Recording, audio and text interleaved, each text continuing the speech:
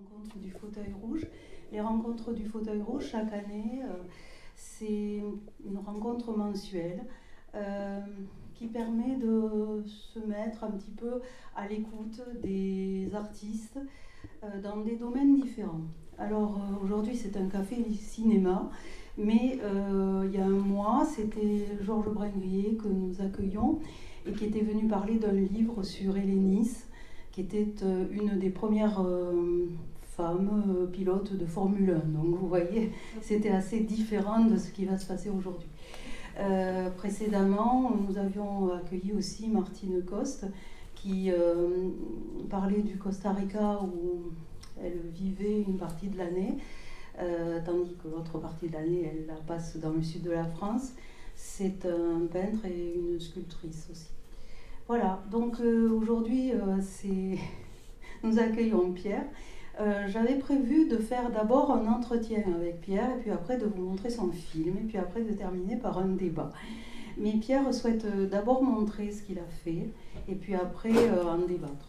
Donc, bon, on va se mettre au diapason. Et on va d'abord donc regarder cette projection en espérant qu'il n'y aura pas trop de retard. Voilà, donc Pierre, je te laisse faire sur le plan technique, merci. Et nous allons donc demander à Pierre de nous expliquer justement quelle a été la genèse de ce film et puis de nous montrer quelles ont été les grandes étapes de cette réalisation. Alors j'aimerais que Pierre-Catherine Buffet maintenant nous fasse l'honneur d'approcher et de se mettre sur ce fauteuil rouge.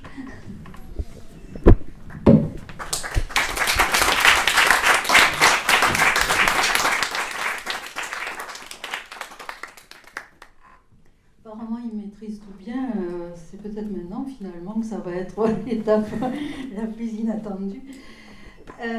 Alors justement, le goût du cinéma, Pierre, ça arrive quand? Ça arrive avant le goût de la musique ou après? Alors, merci d'être resté jusqu'au bout du film, d'avoir regardé le film. J'espère que c'était pas trop désagréable malgré les danseurs qu'on a eu au-dessus et tout. Bon, c'est la musique qui est venue en premier, c'est sûr. Et après, le cinéma, c'est beaucoup de choses. Mes parents, au lycée, les potes, tout ça, on en parlait. Et après, j'ai regardé de plus en plus de films, Et voilà. Après, j'ai eu envie de faire aussi un petit peu, quoi, de mettre la main à la pâte. Alors, pas n'importe quel film. Parce que là, on est dans un film très, très particulier quand même.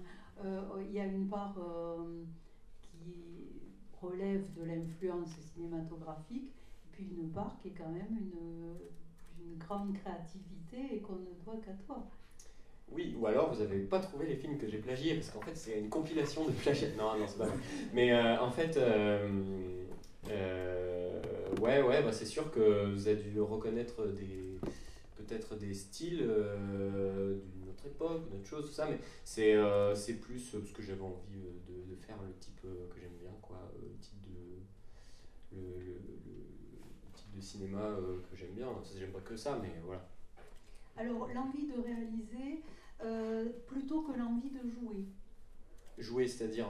D'être comédien ah oui, dans les scénarios. Non, non, j'ai jamais fait de théâtre, jamais de... Non, non, oui. Oui, puis c'est quand on joue dedans, c'est différent. Enfin, non, mais moi je joue pas de toute façon. C'est pas le même métier. Non, puis je fais déjà trop de choses dans ce film. D'accord. Alors, justement, la réalisation, c'est pas quand même ce qui est le plus facile.